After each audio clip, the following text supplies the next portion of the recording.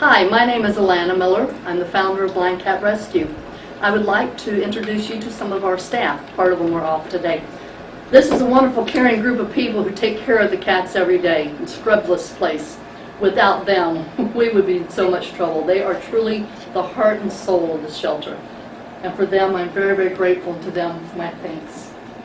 And I know you guys are all saying, give me a raise.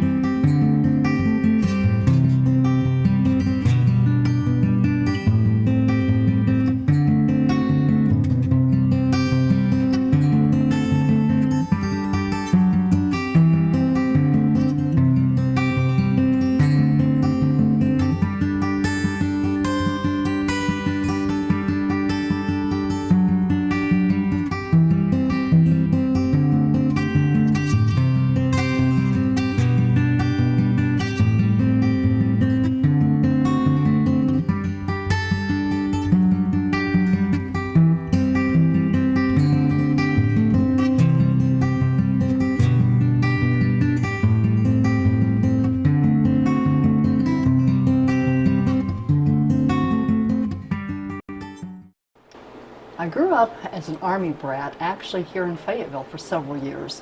Then my mother decided to have a midlife crisis and took us to Kansas City, where I froze to death for 25 years. Got divorced, came back home. Fayetteville always felt like home, which is kind of strange for a military brat. I wanted to be a paramedic. When I was 50, I went back to school. I did become a paramedic, injured myself, and that took me off the truck. And it worked out because by that time we had one shelter building and we were building the second shelter. I was going to need to do this full-time anyway, so it worked out. I had a collection of animals when I grew up. I had two dogs. That one of them, there's pictures of me as a little kid. His name was Baron. He's a little dachshund. Had a big standard-size poodle named Buddy. And I had multiple hamsters, and I had snakes, and I had rats. I never had a cat. I didn't have a cat, my first cat, till I was 35 years old. So very, very strange, but I always liked animals. I was a volunteer for the local animal shelter, and I did it for 7 years. And I ran her adoption program at PetSmart for years. I was an employee for a while. I saw that there was no resources for blind cats. I discovered that when we had our first blind cat come into the shelter, and then the second one, and then the third one, and the fourth one, which all seemed to land at my house. That's how I decided to start Blind Cat Rescue and do it correctly, because by that time I had 4 blind cats. And I was discovering out there on the internet there was just absolutely no resources. So my daughter thought I had lost my mind, but then we had a lot of cats, so she always thought we lost our minds. But she agreed, so thus Blind Cat Rescue was born. We filed for our 501c3 and did some more research on what we had to do, and here we are almost 10 years later. I get asked daily, why are there so many blind cats? The majority of our blind cats are blind because a first owner did not bother treating a simple upper respiratory infection. The cost of a vet visit and a bottle of antibiotics would have saved the animal's sight. Some cats are blind from, they were just born with a genetic condition. We have Penny, who's blind and deaf. She was born that way. We have Holly, the one sitting in my lap. Holly is blind from high blood pressure. Her family dropped her off after 11 years with the same family at the pound. And her blood pressure went through the roof, and it literally ruptured her eyes. So Holly lost her sight because of high blood pressure. Manxie is another one of our blind cats, and her eyes look perfectly normal except that the pupils are extremely large. She's a hypertension cat. Diabetes will cause it. Hypertension will cause it. I always tell people, though, I get messaged on Facebook a lot, and I get emails from people saying, my cat suddenly went blind. And I'm like, did you take him to the vet? Hypertension is a huge cause of blindness with cats. Humans go blind from high blood pressure, and why not a cat? But with a human, you go to the doctor and they immediately take your blood pressure, and the vet never takes their blood pressure. So literally, folks, if your cat has suddenly overnight gone blind, get them to the vet, make your vet take their blood pressure. hypertension in a cat, if caught immediately and treated, you've got a good chance of that cat getting their sight back. This is Penny, who is both blind and deaf. You were asking causes.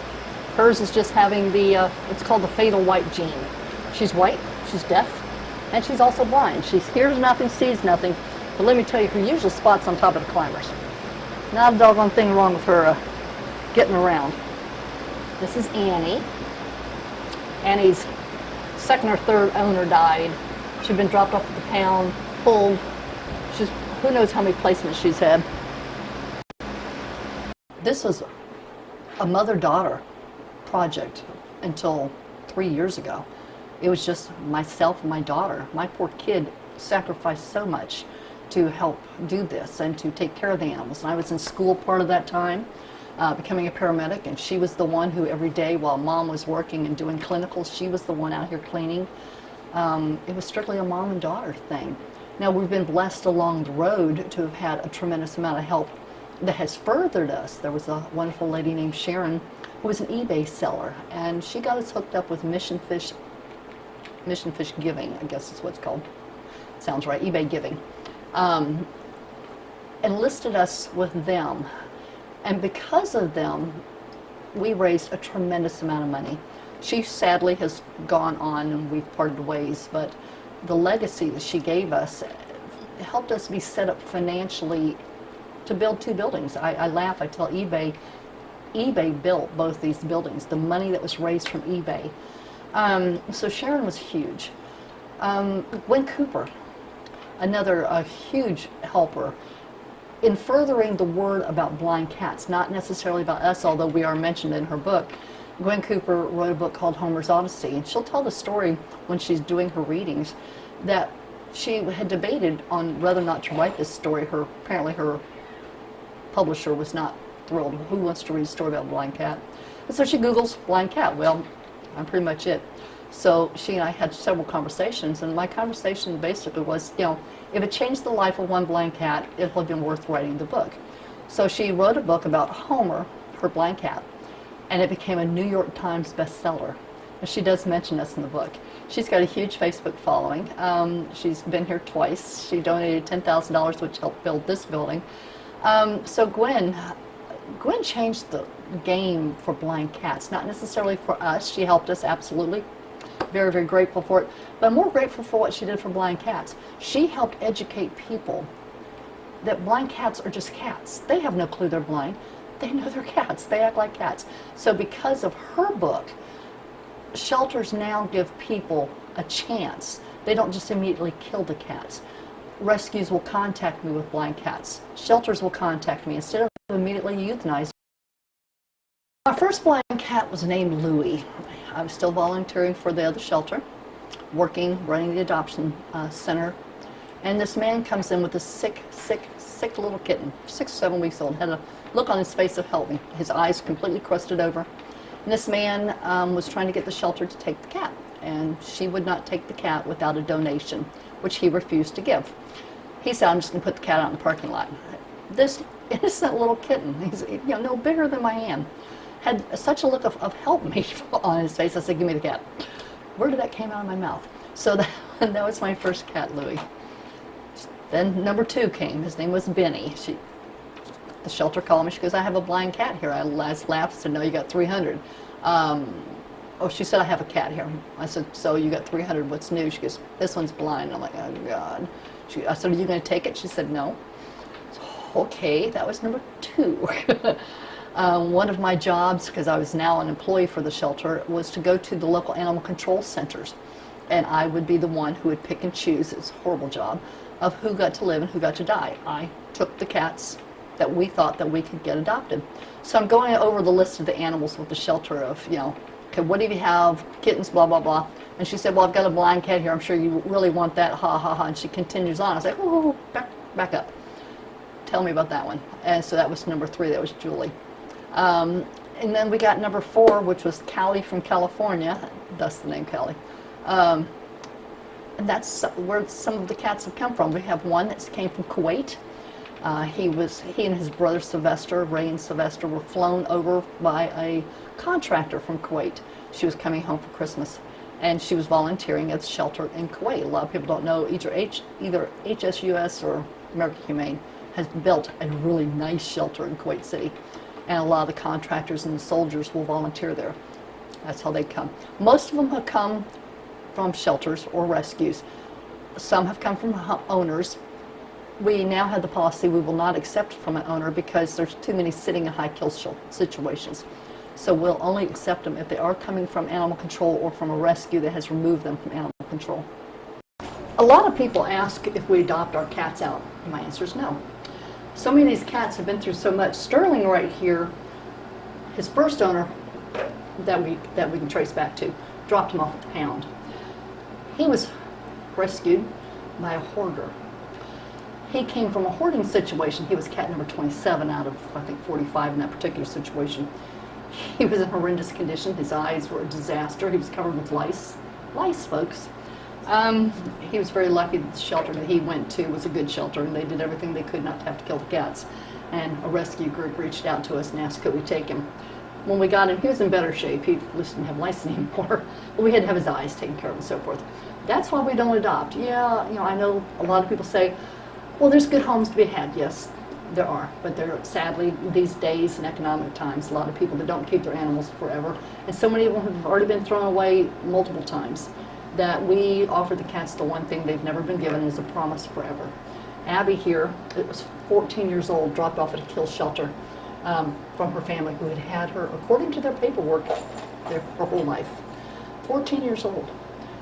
She was terrified. She stopped eating. We ended up with a feeding tube trying to convince this cat because she was so depressed. It was okay. It was going to work out. It took us almost 2 weeks to get this cat to eat on her own. She looks pretty good now. You know, why does she have to lose her home again? She doesn't. And that's the one thing we promise them, to death do you part. We have a memorial garden outside, and when they die, they're brought home to the memorial garden. A rose bush is planted for them. So we literally give them forever. We started online, well, you know, from the start we had a website, but we didn't really start building steam until Facebook. Facebook changed the game for everybody. And I don't know when we started on Facebook. I'd say 5 years ago. We had somebody who was a supporter, and I don't know how she heard about us. I'm sure we were on, you know, I honestly don't remember. I'm sure we were on message boards and so forth. We were out there. And it helps that our name is Blind Cat Rescue, and somebody types in a search engine, Blind Cat, we're the only thing you're going to find. But she kept pushing me to go on Facebook, and I'm thinking, why would I want to do that? What a waste of time Facebook is. Sorry, Zuckerberg. I finally got on Facebook and discovered a whole new world that could open up to us.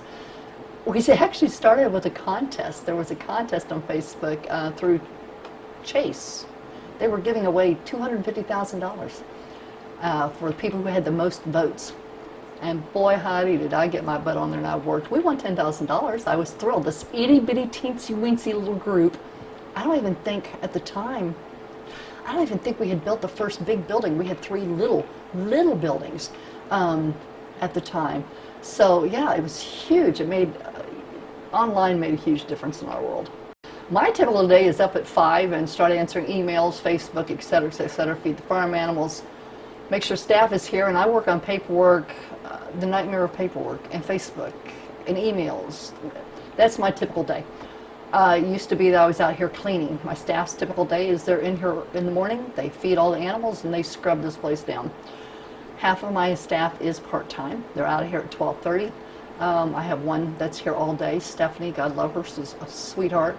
She scoops, feeds, takes care of the animals, does the tours on Ustream and so forth.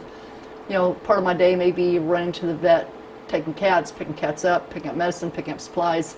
You know, my job anymore, I very rarely am in the building for cleaning. It's pretty much administrative now.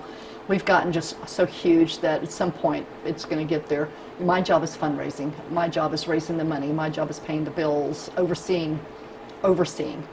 It's pretty much my job. I do boxes at night, so I am with the cats. I do come out and put my hands on every single cat in this place every single day, just to make sure everybody's healthy, make sure everybody's taken care of, and make sure everybody's done their job. But the biggest portion of my job, my typical day, is administrative. Boring, boring, boring. Sitting in front of the computer. Snicker. Snicker came to us the day after Thanksgiving from local animal control center. She had contacted me a few days before, and I was working on the ambulance, so I said I can't come get him until the day after. It's my day off. So I went to animal control. They were there cleaning, so she just gave me her cell number and went and picked Snicker up. Snicker is quite the little character. He smiles. He's always smiling. He always smiles, and that is his charm, and that's why he's become such an icon for blind cat rescue, is this cute little smiling cat. He's a very, very friendly little guy. He loves humans. He loves humans. He's very mischievous little fella. I don't know why he has such a worldwide presence, except for that he smiles, and I guess everybody loves to see a cat that smiles. This is Snicker.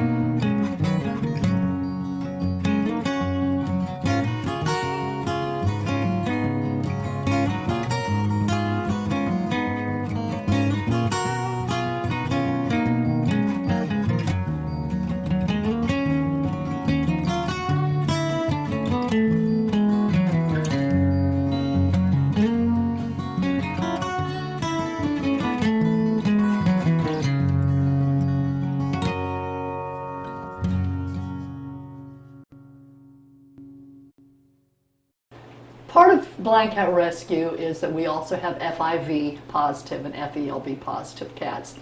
One of the nice things about the last 9 years is that we've had so many people become educated about blind cats, is that so many now are being adopted, and in the shelters they're not being killed. Sadly, that's not the game for FELV cats. There's so few shelters out there, they'll take an FELV cat, and so few homes. So these are some of our FELV cats. Every one of these came from a high kill situation. If we were ever to expand, it would be to save more of these. It would be to try to educate more people that yes, their life is going to be short, but tell these cats they don't deserve a life. This talker is Major. Major, again, back to my thing of why we don't adopt. Major's family dumped him at the pound. A rescue pulled him, took him to a spay-neuter clinic. They tested him FIV positive. The rescue group said, euthanize him. Really? Well, thank goodness he had waken up. And the people at the spay-neuter clinic said, we can't do that. He's too nice of a cat. He's a talker. He's friendly. So they contacted the local animal control facility that they were at for their county and said, hey, we're bringing an FIV cat. Would you see if there's any way you can place this cat? I just happened to have had one of our cats pass away, so we did have a space. And that is how this little guy, so, you know, pulled from the pound, turned around by his, quote, rescuers, and then supposed to be euthanized. That's horrible. Sadly, FIV cats, so many people think, oh my gosh, they're FIV positive, kill them. FIV is only spread by them being born with it or by severe biting, fighting. These guys are probably the most passive group of cats you'll find. I think our biggest accomplishment has been our growth. We have helped people be educated about blind cats. We help answer questions considerably all the time about blind cats. We've got people to reconsider that a blind cat is just a cat. We've changed the perception of vets that you don't have to just immediately euthanize a cat. I still occasionally will get the people who will say, my vet says I should just euthanize the cat because it won't have quality of life. And I tell them to watch our videos and tell me that a blind cat cannot have quality of life. They're cats. They don't know they're blind. They're not like humans. They don't feel sorry for themselves. They know they're cats. They act like cats. This is Jelly Bean, who has no eyes. He has no clue he's blind. He knows he's a cat. And as you can see, he's a daggone good wheel runner.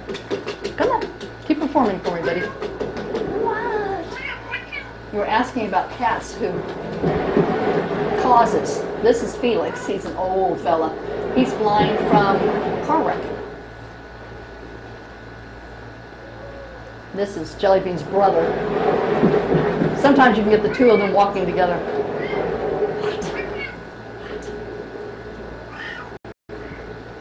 No, we're not going to expand. We have 90 cats. I really think that is capacity. I do not think that we can properly care for more and give them the attention that they need. I'm tired, I'm old, and I don't want to work 900 more hours a day. We're not. Everybody keeps saying we need to expand. If I was going to expand, it wouldn't be for blind cats, it'd be for FELV cats, to be real honest with you.